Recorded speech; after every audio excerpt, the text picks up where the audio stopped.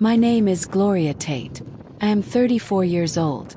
And my mother used my own wedding day to remind me that I have always been her second choice. 6 weeks before I walked down the aisle, I was eating cereal at the kitchen table when my phone buzzed. Tagged photo on Instagram.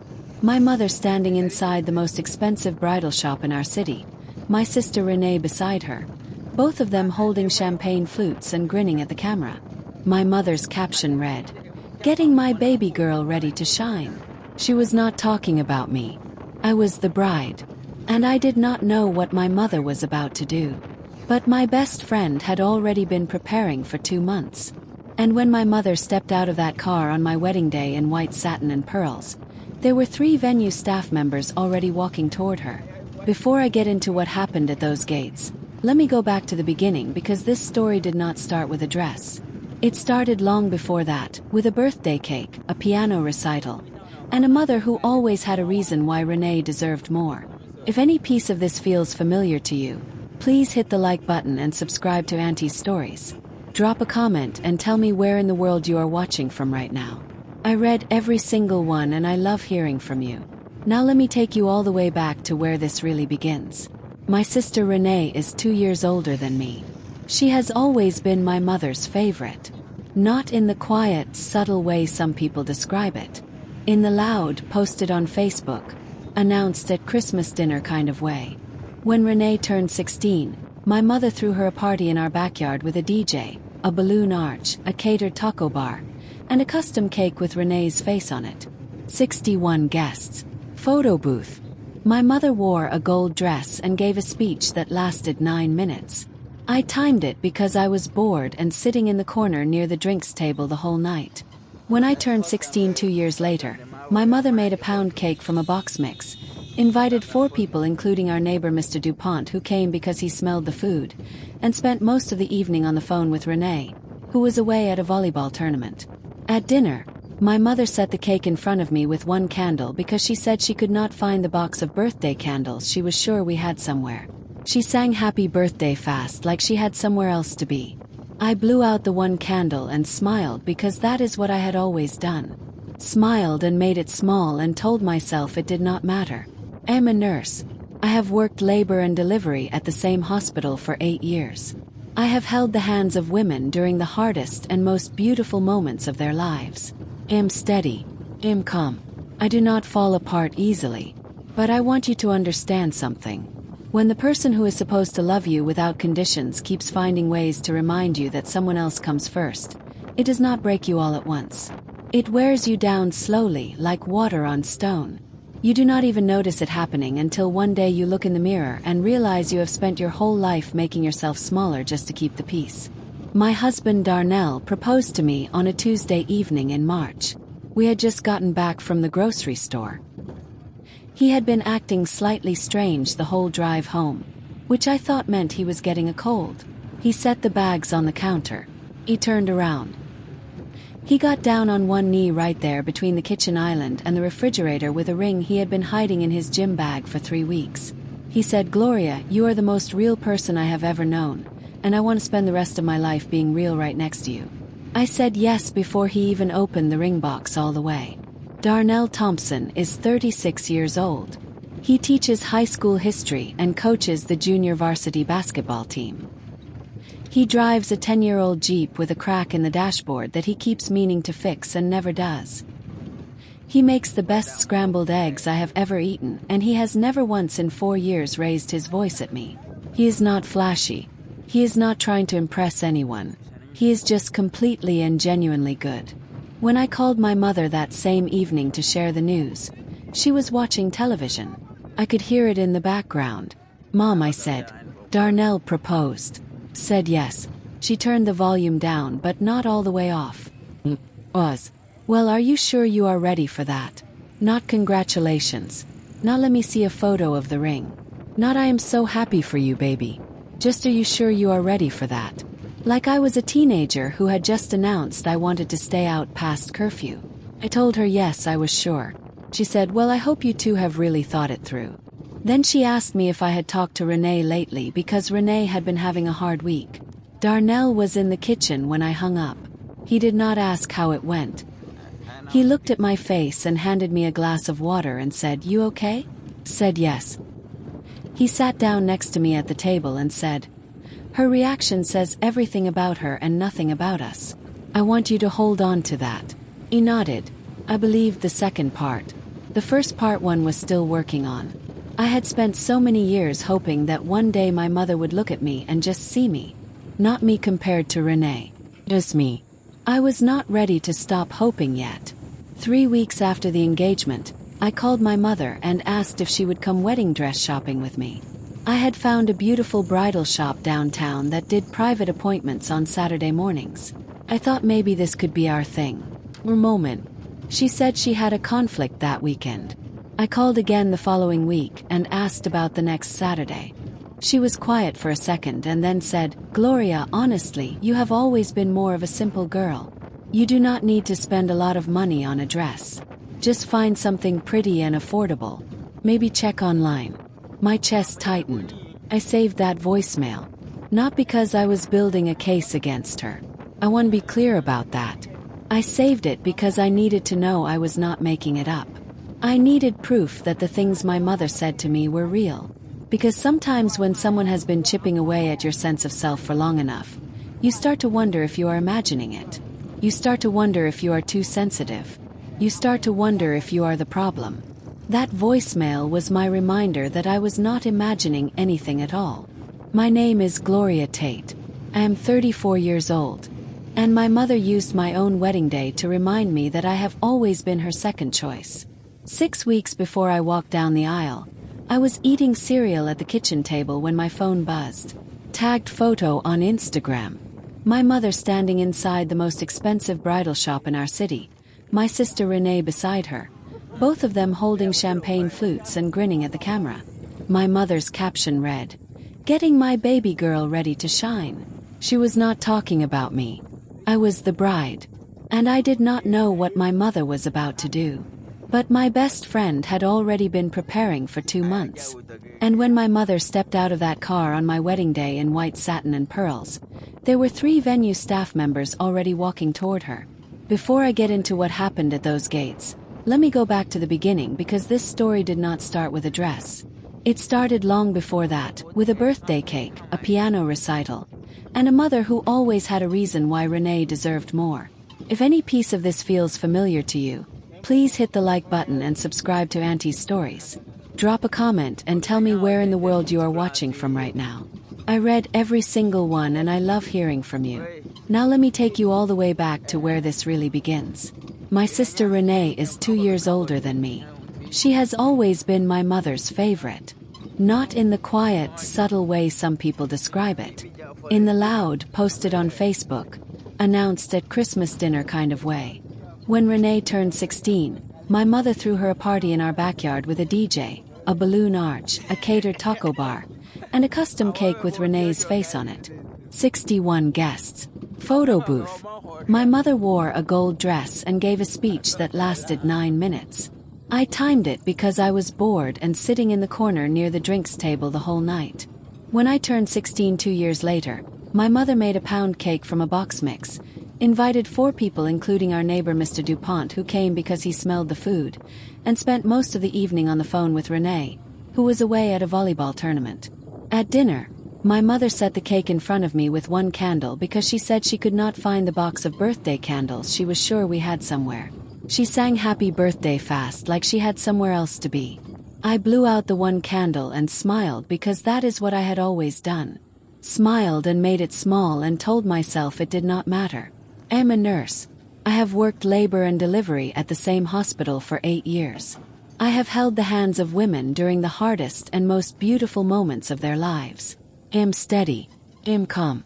I do not fall apart easily. But I want you to understand something. When the person who is supposed to love you without conditions keeps finding ways to remind you that someone else comes first, it does not break you all at once. It wears you down slowly, like water on stone. You do not even notice it happening until one day you look in the mirror and realize you have spent your whole life making yourself smaller just to keep the peace. My husband Darnell proposed to me on a Tuesday evening in March. We had just gotten back from the grocery store. He had been acting slightly strange the whole drive home, which I thought meant he was getting a cold. He set the bags on the counter. He turned around. He got down on one knee right there between the kitchen island and the refrigerator with a ring he had been hiding in his gym bag for 3 weeks. He said, "Gloria, you are the most real person I have ever known, and I want to spend the rest of my life being real right next to you." I said yes before he even opened the ring box all the way. Darnell Thompson is 36 years old. He teaches high school history and coaches the junior varsity basketball team. He drives a 10-year-old Jeep with a crack in the dashboard that he keeps meaning to fix and never does. He makes the best scrambled eggs I have ever eaten, and he has never once in 4 years raised his voice at me. He is not flashy. He is not trying to impress anyone. He is just completely and genuinely good. When I called my mother that same evening to share the news, she was watching television. I could hear it in the background. "Mom," I said, "Darnell proposed." Said yes. She turned the volume down but not all the way off. Well, are you sure you are ready for that? Not congratulations. Not let me see a photo of the ring. Not I am so happy for you, baby. Just are you sure you are ready for that? Like I was a teenager who had just announced I wanted to stay out past curfew. I told her yes, I was sure. She said, "Well, I hope you two have really thought it through." Then she asked me if I had talked to Renee lately because Renee had been having a hard week. Darnell was in the kitchen when I hung up. He did not ask how it went. He looked at my face and handed me a glass of water and said, "You okay?" Said yes. He sat down next to me at the table and said, "Her reaction says everything about her and nothing about us. I want you to hold on to that." He nodded. I believed the second part. The first part one was still working on. I had spent so many years hoping that one day my mother would look at me and just see me. Not me compared to Renee. Just me. I was not ready to stop hoping yet. 3 weeks after the engagement, I called my mother and asked if she would come wedding dress shopping with me. I had found a beautiful bridal shop downtown that did private appointments on Saturday mornings. I thought maybe this could be our thing. For a moment. She said she had a conflict that weekend. I called again the following week and asked about the next Saturday. She was quiet for a second and then said, "Gloria, honestly, you have always been more of a simple girl. You do not need to spend a lot of money on a dress. Just find something pretty and affordable. Maybe check online." My chest tightened. I saved that voicemail. Not because I was building a case against her. I want to be clear about that. I saved it because I needed to know I was not making it up. I needed proof that the things my mother said to me were real. Because sometimes when someone has been chipping away at your sense of self for long enough, you start to wonder if you are imagining it. You start to wonder if you are too sensitive. You start to wonder if you are the problem. That voicemail was my reminder that I was not imagining anything at all. I went dress shopping with my best friend Camille. Camille has been my best friend since the 2nd grade when she let me borrow her purple pencil case and never asked for it back. She works in hotel event management and she is the most organized human being on this earth. She made a spreadsheet for our dress shopping day that included the shop name, address, appointment time, parking situation, and her personal rating scale for each dress category. I still have that spreadsheet. We went to 3 shops. The third one is where it happened. A soft champagne-colored gown, beaded at the waist, simple on the bottom, with the most beautiful back I had ever seen. The consultant's name was Rosa. She had been dressing brides for 22 years, and she had a way of talking to you like you were the only woman in the world who had ever gotten married. When I stepped onto the pedestal in that dress, Camille put both hands over her mouth. Rosa clasped her hands in front of her chest. I looked in the mirror and I thought, this is the dress I want to be wearing when Darnell sees me walk toward him. I bought it that afternoon, paid in full. I drove home happy, and I thought the hard part was behind me. I was so wrong. Within a month of our engagement, my mother started making phone calls. She called my Aunt Doris first, her older sister, the family anchor. The one everybody goes to at Thanksgiving because she makes the best sweet potato pie and she never gossips. Then she called cousin Tanya. Then she called my grandmother on my father's side, Grandma June, who is 79, sharp as a tack, and loves me deeply. The story my mother was telling was neat and painful. Gloria shut me out. She did not even want me at her dress shopping. I am heartbroken. She has chosen her friends over her own mother. I found out from Aunt Doris, who texted me on a Wednesday afternoon. Baby, your mother is beside herself. Can you just reach out and include her a little? My mother is hurting. I sat with that text for a long time.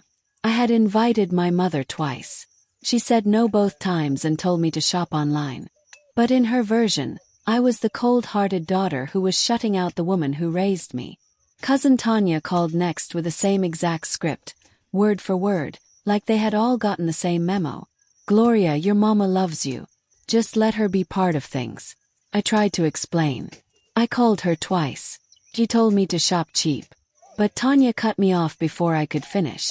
Well, that is not what she told me. I hung up and sat still for a long time. I understood something clearly in that moment. My mother was not calling those women because she was heartbroken. She was calling them because she knew exactly how to run this play.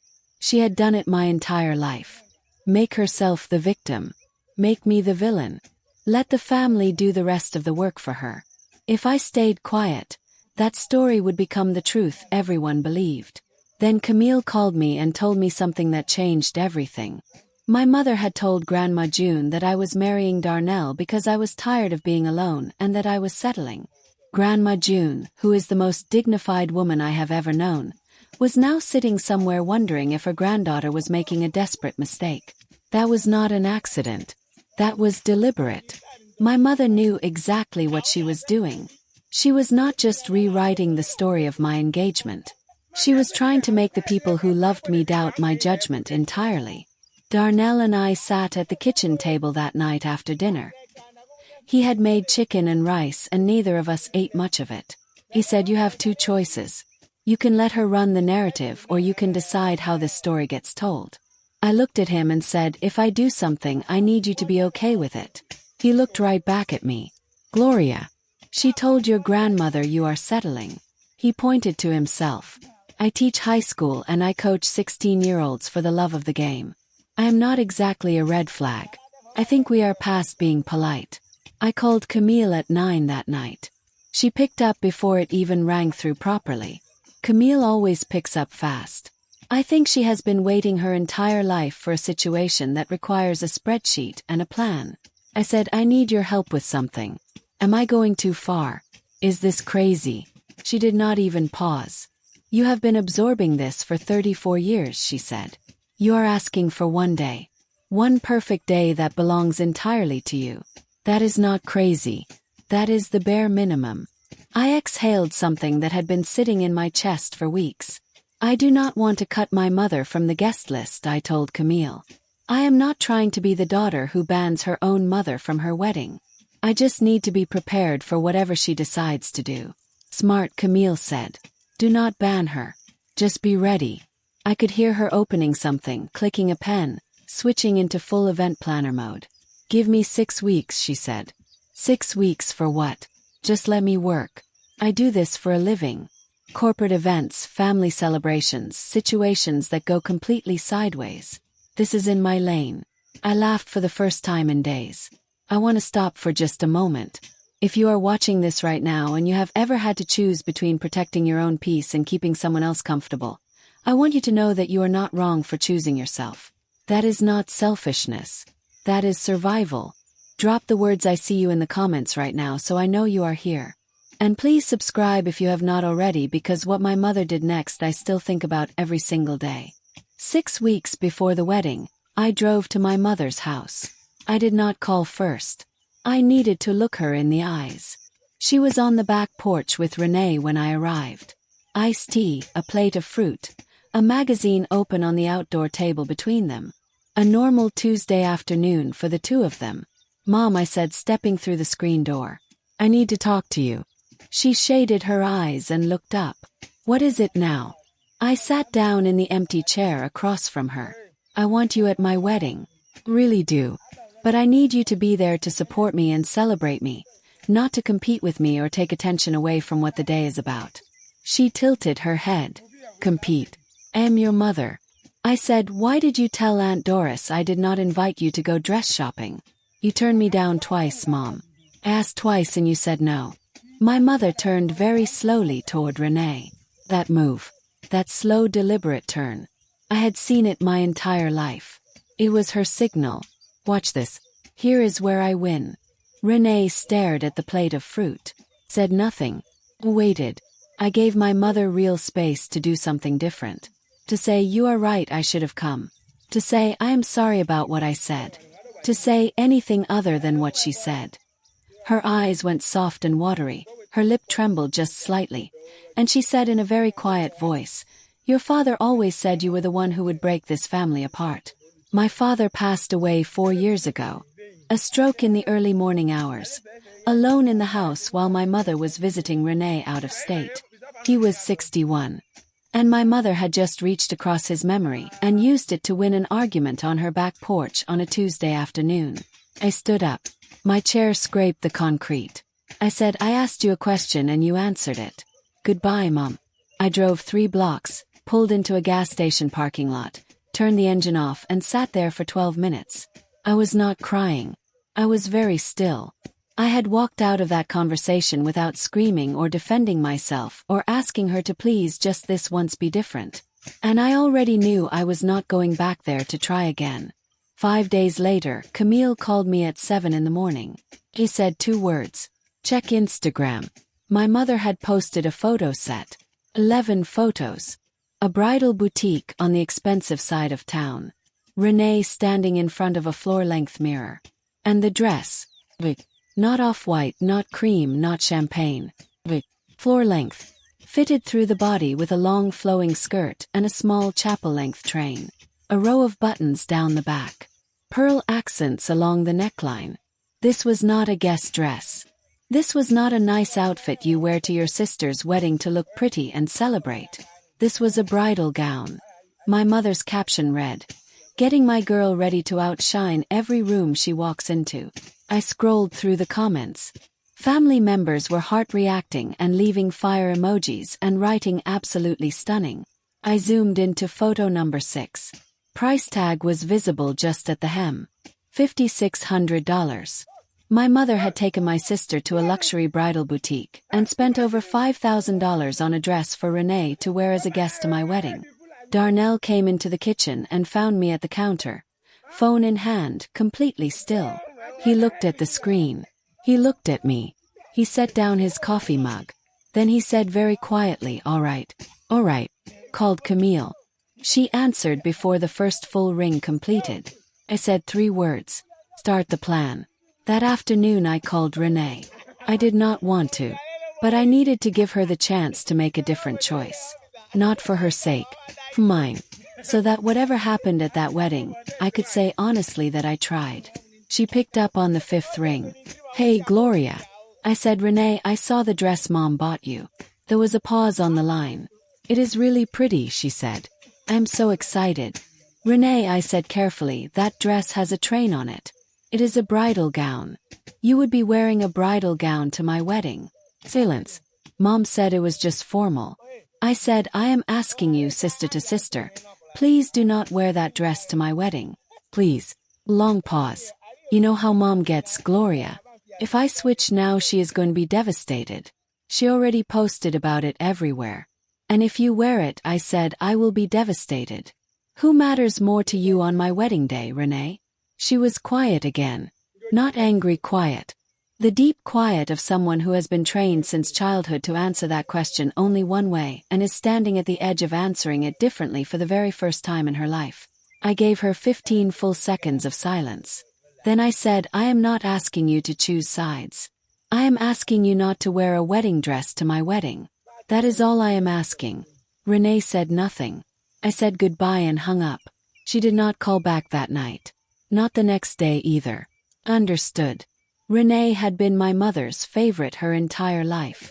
She had never had to say no to our mother about anything. That is not something one phone call from a little sister rewrites overnight. I texted Camille, she is going to wear it. Camille replied in 3 seconds. Already counted on that. We are ready. Camille and I met at a coffee shop near the venue 2 weeks before the wedding. She arrived carrying a binder with color-coded tabs. On the front cover, in her neat block handwriting, it said, "Plan Champagne." I looked at her. "You named it." She sat down. "Everything needs a name." She opened to the first tab. Inside was a printed layout of Hargrove Estate, the venue we had chosen, a detailed timeline, a contact sheet, and 2 laminated photographs. One was of my mother and one was of Renee. Both pulled from Instagram. "Here is how this works," Camille said. "Hargrove Estate has a formal guest attire policy. And venues do. The policy allows the bride and groom to designate a dress code and request that venue staff enforce it at entry. Quietly, professionally, without drama if drama is avoided. The staff do not argue.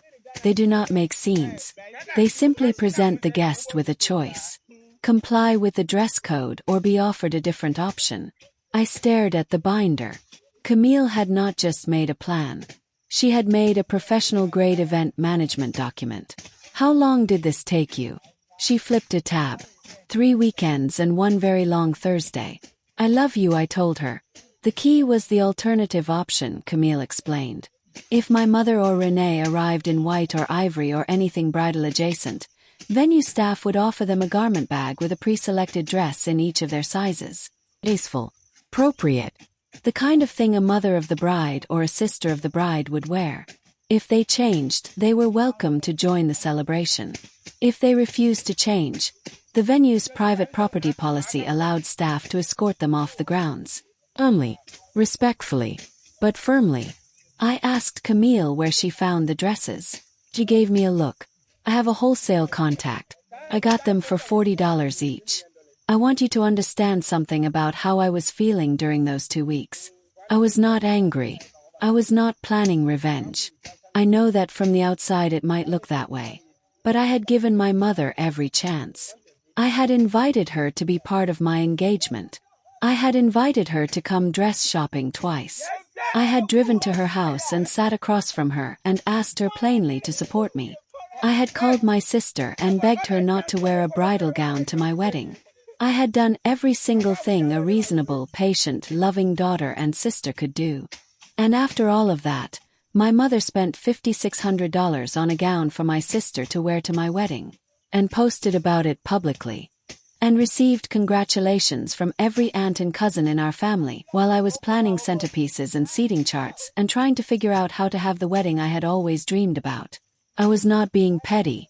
I was protecting the one day in my life that belonged entirely to me and Darnell, and I needed it to be safe. I needed to stand at the end of that aisle without wondering what was walking through the front gate behind me. The venue coordinator's name was Ms. Patricia Okafor. She had been running events at Hargrove Estate for 14 years.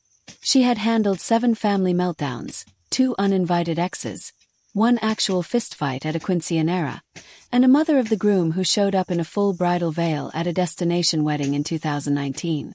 When Camille and I sat across from her and explained the situation, Ms. Okafor nodded slowly and said, "We handle this more than you know. Leave it with me." I believed her immediately. She had the specific calm of a woman who has seen everything and is no longer surprised by any of it. On the week of the wedding, Darnell's mother called me. Her name is Diane and she is one of the warmest people I have ever known.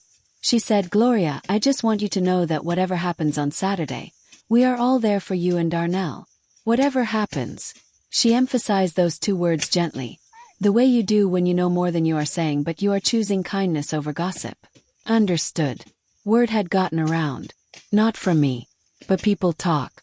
And more than one person had seen my mother's Instagram post and connected the obvious dots. 2 days before the wedding, Renee texted me. It was short.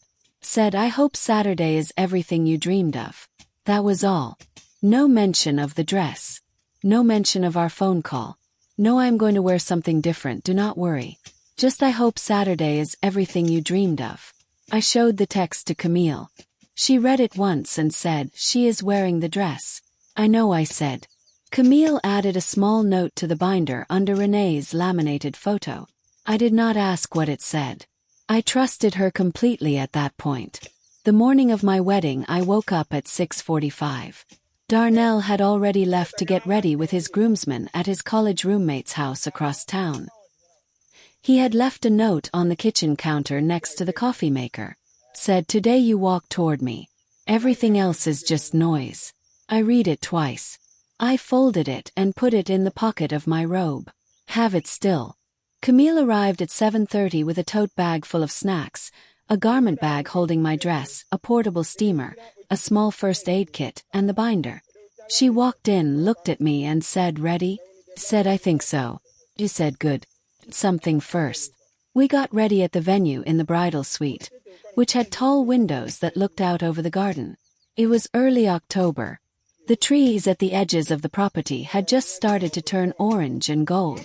It was the most beautiful morning I had seen in a long time. My maid of honor, 2 bridesmaids, and Darnell's sister all got ready together. There was music and laughter, and at one point someone spilled champagne on the carpet, and we all froze for 3 full seconds before Camille produced a small stain spray from the tote bag. Course she had stain spray. Course she did. Grandma June arrived at the venue at noon. She was wearing a deep plum dress we had picked together over a video call the month before.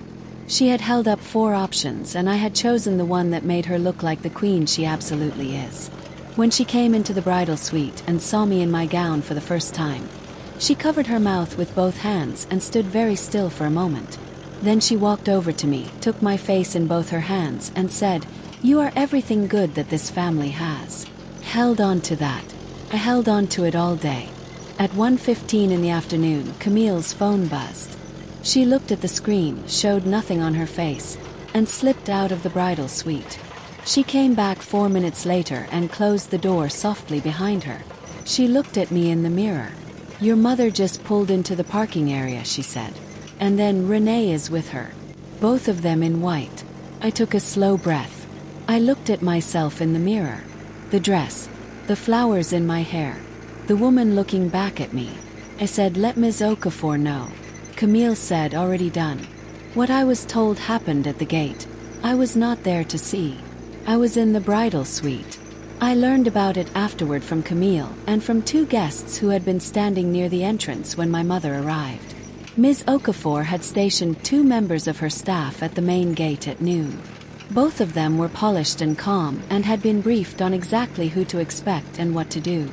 My mother arrived at 1:22. She was wearing a floor-length white gown with silver embroidery along the neckline and wrists. Her hair was done. She had pearl drop earrings. She looked like she was attending her own wedding. Renee walked beside her in the white dress from the Instagram post, the one with the chapel train. Guests who were arriving at the same time stopped walking. 2 of them stepped slightly back to let my mother and Renee pass, possibly because the 2 of them together looked like they expected to be photographed. My mother smiled at the staff members at the gate. She said, "I am the mother of the bride." One of the staff members, a woman named Kezia, smiled back and said, "Good afternoon. I do need to let you know that we have a formal dress code in place for today." My mother's smile stayed in place for about 3 seconds after that sentence. Then it changed. She looked Kezia up and down the way some people look at someone when they are deciding how much authority that person actually has. She said, "I am the mother of the bride. My daughter invited me." Kezia said warmly, "Yes, ma'am. And we are glad you are here."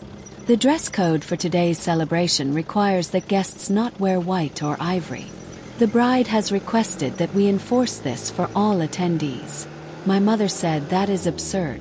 Where is Gloria?" Ms. Okafor stepped forward from behind the garden wall.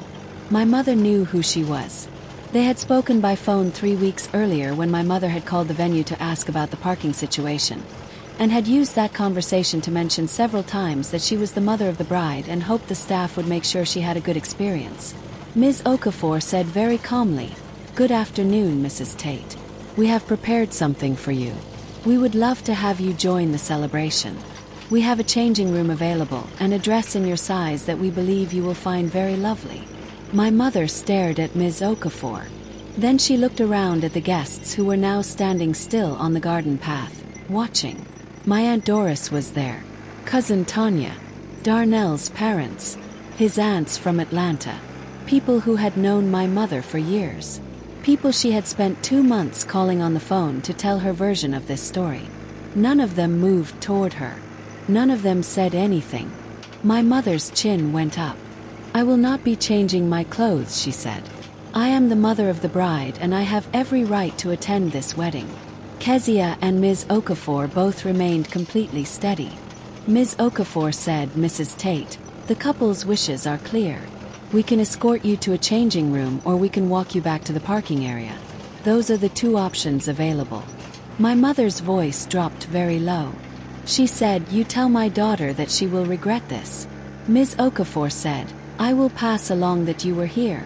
My mother stood at that gate for what guests later told me felt like a full 30 seconds. She was waiting for someone to step in.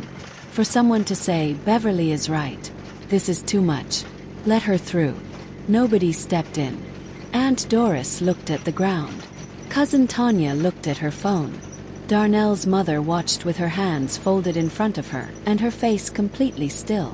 The guests who had been walking up behind my mother had also stopped. A small crowd had formed without anyone intending to form one. And every single person in that crowd watched my mother stand at the gate of my wedding in a floor-length white gown and refused to accept that this was not her day. Then she turned, and she walked back toward the parking lot. Her heels clicked on the stone path. Renee had been standing 2 steps behind my mother the entire time. When my mother turned and walked away, Renee stayed. She stood at the gate and looked at the garden behind the staff, the white chairs set up on the lawn, the flower arch at the end of the aisle, the guests now beginning to quietly find their seats. Ms. Okafor held out a garment bag and said gently, "Miss Renee, this was prepared for you. There is a changing room right inside the door and you have plenty of time before the ceremony begins." Renee looked at the bag. She looked at the parking lot where my mother was now sitting in the car. She stood there for what Camille later described as the longest 10 seconds of the entire day. Then Renee reached out and took the garment bag. "Where is the changing room?" she asked. Ms. Okafor walked her in personally. Camille came into the bridal suite 11 minutes later and closed the door behind her. She looked at me in the mirror and said, "Your mother is in the parking lot." Renee changed. I set down the small bouquet I had been holding and breathed in through my nose and out through my mouth very slowly. "You okay?" Camille asked. I looked at myself in the mirror one more time. "Yes," I said. "I really am." The ceremony was at 3 in the afternoon. The doors to the garden opened and the string quartet began playing. The October air was cool and sweet, and the light was coming through the trees in long golden strips. Grandma June was sitting in the front row on my side. She was dabbing her eyes already with a folded handkerchief. I had walked myself down the aisle. I had asked Grandma June if she would sit in the front and hold my bouquet while I walked, and she had said, "Baby, I would hold anything you needed me to hold." I was not anyone's to give away. I was giving myself. Darnell was standing at the end of the aisle in a dark navy suit with a pale gold tie that matched my dress almost exactly. He had picked it himself. He did not tell me until after the wedding that he had carried the swatch from my gown in his wallet for 3 weeks, so he could match it perfectly at the suit shop. When he saw me step into the garden, his whole face changed, just opened up completely. His best man later told me that Darnell gripped his sleeve without knowing he was doing it. Renee was sitting in the 4th row. She was wearing the dusty rose dress from the garment bag. She looked beautiful and she was crying. The chair in the front row on my side, the one directly beside Grandma June, was empty. I did not look at it when I walked past. I looked at Darnell. His vows were not long. He had written them himself on a folded piece of paper that he smoothed out twice before he read from it. He said, "Gloria, you have spent your whole life taking care of other people. I am here to spend mine making sure someone takes care of you. I am not perfect, but I will show up. Every single day. I will show up." Cried. I did not try to stop it. Mine were shorter. I said, "Darnell, you saw me when I had forgotten how to see myself. That is the whole thing. That is all of it." We were pronounced married at 3:27. The guests stood and the clapping started before the officiant finished the sentence. Walking back down the aisle, Darnell's hand warm in mine, I glanced toward the parking area out of instinct. A white car was visible between the trees. I looked forward, kept walking. The reception was held in the covered courtyard of the estate starting at 5. String lights overhead. Round tables with autumn flowers in the center. A 6-piece band that Darnell's colleague had put together. The air smelled like wood smoke and the caterers spiced cider and fresh bread. Dance. I danced with Darnell and with Grandma June and with Camille and with Darnell's mother Diane, who danced like she had been waiting for this specific party her entire life. I laughed the real kind of laugh. Not the managed kind I had been performing for months. The kind that comes from somewhere deep and honest and takes you by surprise. Camille gave her maid of honor speech at 6:30. She talked about the purple pencil case. She talked about watching me become a nurse, build a life, love a good man, and plan a wedding that was 100% mine from the flowers to the last song. She did not mention my mother once. Not to be cold. Not to make a point. My mother simply had no role in the story Camille was telling because my mother had not been present for any of it. And every person in that courtyard understood exactly what that meant without being told. At the dessert table later that evening, I noticed Renee checking her phone repeatedly. The phone would buzz, she would look at it and set it face down. Buzz again. She would glance and set it down again.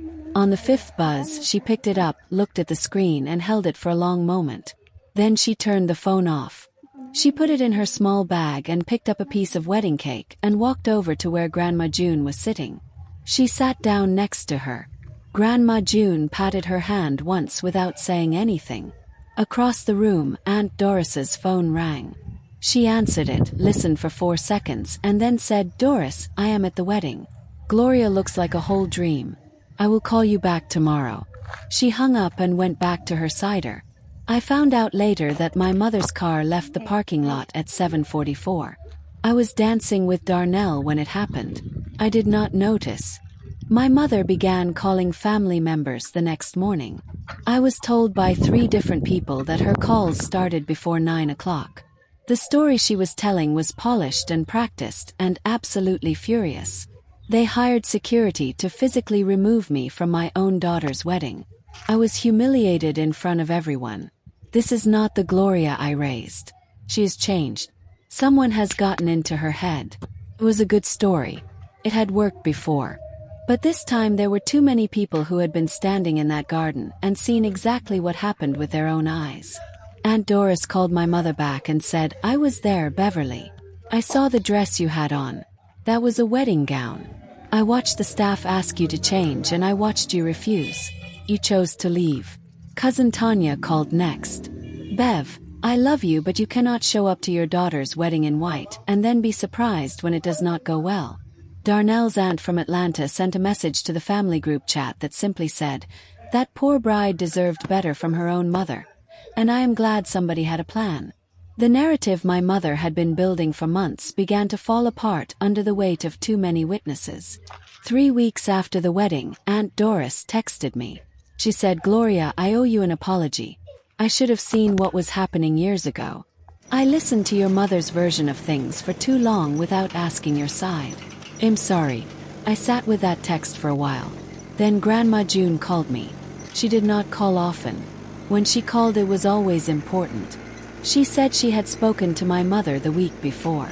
I was not on the call, but Grandma June told me about it sitting in her reading chair with a cup of tea, recounting every word the way she does. She said she had told my mother, "Beverly, I have watched you treat these 2 girls differently since they were small. I thought it was just how you were." I told myself it was not my place to say anything. I was wrong to stay quiet. What you wore to that wedding was not an accident. It was a message. And Gloria received it loud and clear. My mother had cried. She had gotten angry. She had said that everyone was against her and that I had poisoned the family. Grandma June had waited until my mother was finished and then said, "I do not think Gloria poisoned anyone. I think she finally stopped drinking the poison herself." When Grandma June told me that, I did not say anything for a long moment. Then I said, "Thank you for saying something to her." Grandma June said, "I should have said it 20 years ago. You say it when you say it," I told her. "That is what matters." 1 month after the wedding, Renee sent me a message. Said, "Can we have lunch? Just the 2 of us." I almost did not respond. Darnell said, "You do not owe her anything." Camille said, "If you go, I am sitting in the parking lot with a book and a large coffee just in case." I told her that was not necessary. She came anyway. We met at a small cafe near the hospital where I work. Neutral ground. Renee was already there when I arrived, sitting at a corner table, both hands around a mug she was not drinking from. We sat across from each other. Neither of us spoke for almost 2 full minutes. Coffee machine hissed. Someone's child knocked a spoon off a table near the window. Normal sounds in an abnormal moment. Renee spoke first. She said, "I should have told Mom no about the dress." "Yes," I said. "I should have," she said again. "No." She looked at her coffee. She said, "Mom called me 41 times after she left the parking lot.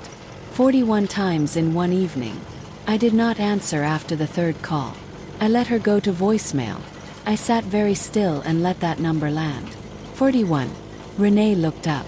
She said, "I think I have been so afraid of disappointing her that I never thought about what I was doing to you." I let that sentence sit between us without rushing to fill it. She needed to hear herself say it. She needed to feel the weight of it. I did not hug her.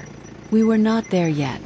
But I said, "That is the most honest thing you have ever said to me." We drank our coffee. We did not fix everything. You cannot fix 30 years of patterns over 2 cups of coffee in a corner cafe. But we sat in it honestly, and that was new. That was a start. 2 months after the wedding, my mother sent me a text message. It was 11 paragraphs long. The words "I was wrong" did not appear once. The word "sorry" appeared twice but was followed immediately by "if." Sorry if you felt I was not supportive. Sorry if the dress caused problems. I read it once. Then I sat down at my kitchen table and I wrote my mother a letter by hand. Took me 5 drafts. The first was pure anger on paper. The second was cold and short. The third was too careful, too managed, not honest enough. The fourth was close. The fifth was right. I wrote, "Mom, I love you. I will always be your daughter. But I need you to understand something important. I will not spend the rest of my life competing with Renee for your attention or your approval. I am done measuring myself against her to see if I am enough for you. I am enough. I have always been enough. If you want to be in my life from this point forward, I need you to see me clearly. Not next to Renee. Just me." I left the letter on the kitchen table for 4 days. Darnell read it. He did not change a single word. He said, "That is exactly right." Camille read it over the phone and said, "Send it today." I mailed it on a Friday. I did not follow up. I did not ask Aunt Doris if my mother had received it. I did not call. Waited. 2.5 weeks of quiet. Then my phone rang. My mother's name on the screen. "Can we have dinner?" I held the phone for 3 seconds. Then I said yes. "But I choose the restaurant." He paused. "Bae." We met the following Sunday at a quiet place I liked. She was early. She was wearing a soft blue blouse. Not white. Not ivory. Blue. Neither of us mentioned the color. But I noticed. And I think she knew that I noticed. We did not solve everything at that dinner. These things do not get solved over one meal. But it was the first time my mother sat across from me and asked questions about my life without pivoting immediately to Renee.